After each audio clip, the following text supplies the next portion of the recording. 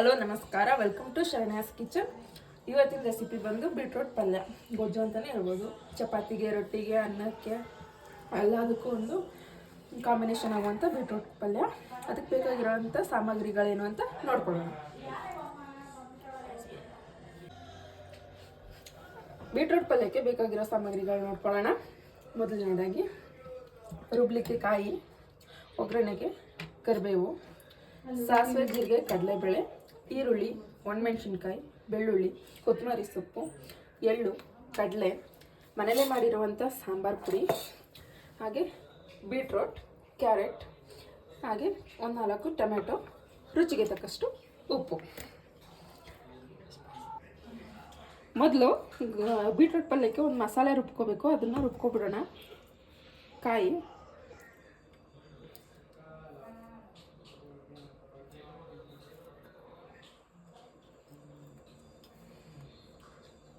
ಒಂದು 4 ಸ್ಪೂನ್ ಆಗೋಷ್ಟು ಕಾಯಿ ಹಾಕೊಂಡಿದ್ದೀನಿ.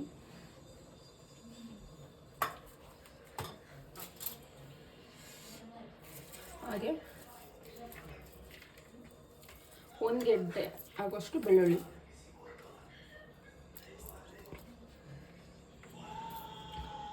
1.5 ಸ್ಪೂನ್ ಆಗೋಷ್ಟು ಎಳ್ಳು ಹಾಕೊತಿದ್ದೀನಿ. ಬಿಳಿ ಎಳ್ಳು, ಯಾವ ಎಳ್ಳಾದ್ರೂ ತಗೋಬೋದು. 1-2 ಸ್ಪೂನ್ ಆಗೋಷ್ಟು ಕಡಲೆ ಬಂದು ಒಳ್ಳೆ ಬೈಂಡಿಂಗ್ ಕೊಡುತ್ತೆ, ಗಟ್ಟಿ ಆಗುತ್ತೆ ಗೊಜ್ಜು. ಒಂದು ಸ್ವಲ್ಪ ಕರಿಬೇವು, ಹಾಗೆ ಸ್ವಲ್ಪ ಕೊತ್ತಂಬರಿ ಸೊಪ್ಪು,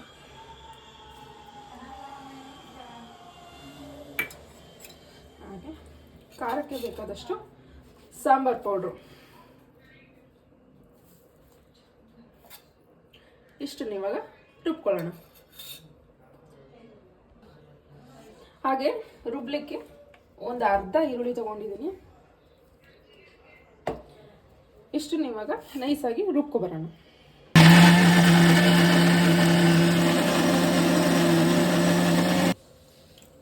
ಮಸಾಲೆ ರುಬ್ಕೊಂಬಂದಿದ್ದೀನಿ ನೋಡಿ. ಇಷ್ಟು ನೈಸ್ಗೆ ರುಬ್ಬಿದ್ರೆ ಸಾಕು ಮಸಾಲೆ.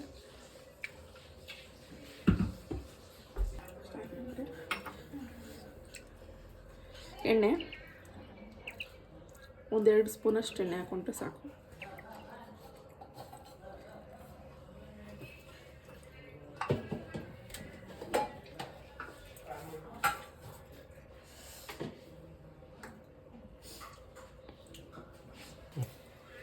ಎಣ್ಣೆ ಕಾದಿದೆ. ಸಾಸಿವೆ,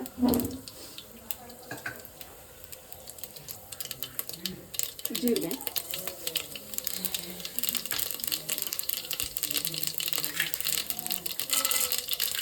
ಕಡಲೆಬೇಳೆ,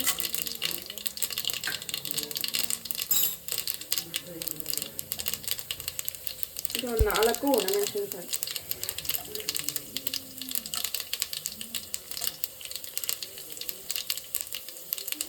ಸ್ವಲ್ಪ ಕರಿಬೇವು,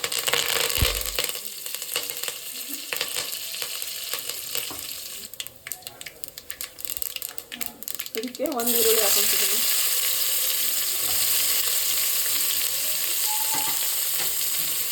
ಒಂದು ಈರುಳ್ಳಿ ಹಾಕ್ಕೊಂಡು ಈರುಳ್ಳಿ ಕಲರ್ ಚೇಂಜ್ ಆಗೋಕ್ಕಂತ ಫ್ರೈ ಮಾಡ್ಕೋಬೇಕು. ನೋಡಿ, ಈರುಳ್ಳಿ ಕಲರ್ ಚೇಂಜ್ ಆಗಿದೆ. ಇವಾಗ ಇದಕ್ಕೆ ಬೀಟ್ರೂಟ್ ಹಾಕೊಳ್ಳೋಣ. ಸಣ್ಣದಾಗಿ ಹೆಚ್ಚಿರುವಂಥ ಬೀಟ್ರೂಟ್.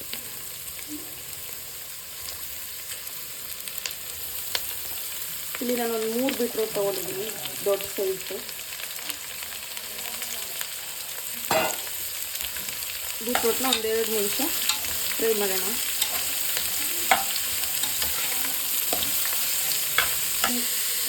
ಇದಕ್ಕೆ ಇವಾಗ 1 ಕಪ್ಪಷ್ಟು ಕ್ಯಾರೆಟ್ ಹಾಕೊತಿದ್ದೀನಿ. ಸಣ್ಣಕ್ಕೆ ಉಬ್ಬಿಸ್ಕೊಂಡಿರುವಂಥ ಕ್ಯಾರೆಟ್. ಇದನ್ನು ಕೂಡ 5 ನಿಮಿಷ ಫ್ರೈ ಮಾಡ್ಕೊಬೋಣ. ಇವಾಗ ಒಂದು 3 ದಪ್ಪ ಸೈಜಿನ ಟೊಮೆಟೊನ ಹಚ್ಚಿಟ್ಕೊಂಡಿದ್ದೀನಿ. ಅದನ್ನು ಸೇರಿಸ್ಕೊಳ್ಳೋಣ.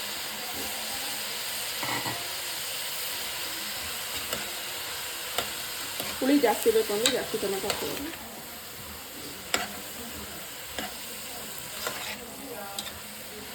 ಇದನ್ನು 1-2 ನಿಮಿಷ ಫ್ರೈ ಮಾಡ್ಕೊಂಡು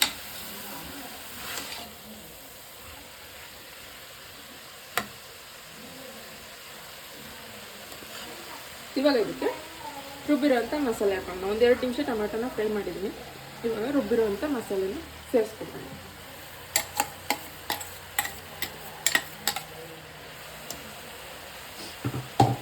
ಮಸಾಲೆನೂ ಸಹ 1-2 ನಿಮಿಷ ಫ್ರೈ ಮಾಡ್ಕೋಬೇಕು.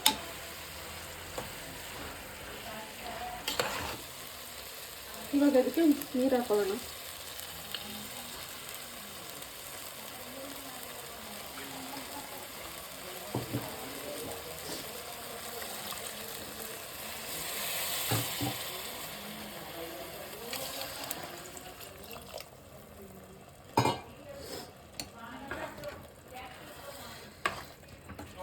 ಗೊಜ್ಜಾಗಿರೋದ್ರಿಂದ ಕೂಗಿದ್ಮೇಲೆ ಅದು ಗಟ್ಟಿ ಆಗುತ್ತೆ. ಕನ್ಸಿಸ್ಟೆನ್ಸಿ ನೋಡಿಕೊಂಡು ಎಷ್ಟು ಬೇಕು ಅಂತ ನೀರು ಹಾಕ್ತೀನಿ. ಇವಾಗ ಇದಕ್ಕೆ ರುಚಿಗೆ ತಕ್ಕಷ್ಟು ಉಪ್ಪು ಹಾಕೊಳ್ಳೋಣ.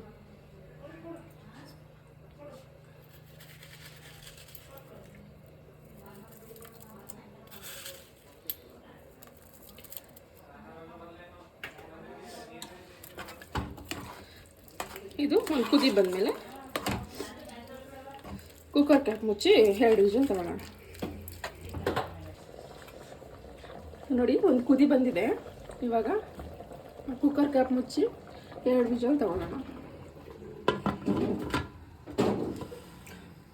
ಒಂದ್ಸರಿ ಉಪ್ಪು ಖಾರ ಎಲ್ಲ ಸರಿ ಇದೆ ಅಂತ ನೋಡಿ ಆಮೇಲೆ ಸರಿ ಮಾಡ್ಕೊಂಡು ನೀವು ಮಾಡ್ಕೊಳ್ಳಿ.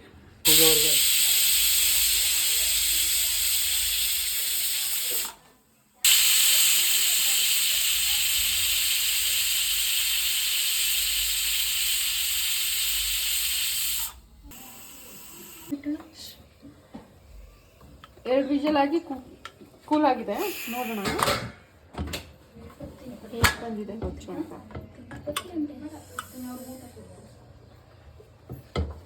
ನೋಡ್ತಿದ್ದೀರಾ ಎಷ್ಟು ಚೆನ್ನಾಗಿ ಬಂದಿದೆ. ಚಪಾತಿಗೆ, ರೊಟ್ಟಿಗೆ, ಅನ್ನಕ್ಕೆ ಎಲ್ಲದಕ್ಕೂ ಒಳ್ಳೆ ಕಾಂಬಿನೇಷನ್ ಈ ಗೊಜ್ಜು.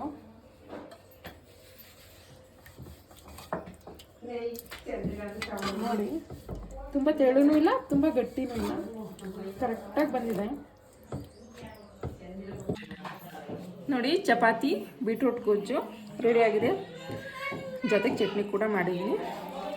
ಈ ಗೊಜ್ಜನ್ನ ಒಂದ್ಸರಿ ಮಾಡ್ಕೊಂಡು ನೋಡಿ. ನೀವು ಅನ್ನಕ್ಕೆ ಕಲಿಸ್ಕೊಂಡ್ರು ತುಂಬ ಚೆನ್ನಾಗಿರುತ್ತೆ. ರೊಟ್ಟಿಗೆ, ಚಪಾತಿಗೆ, ಪ್ರತಿಯೊಂದಕ್ಕೂ ಮುದ್ದೆ ಕೂಡ ತಿನ್ಬೋದು. ತುಂಬ ಚೆನ್ನಾಗಿರುತ್ತೆ.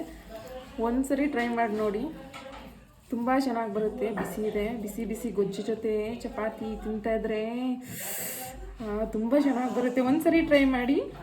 ಎಲ್ಲರೂ ನಮ್ಮನ್ನು ಪ್ರೋತ್ಸಾಹ ಮಾಡಿ ಒಂದ್ಸರಿ ಟ್ರೈ ಮಾಡಿ. Thanks for watching.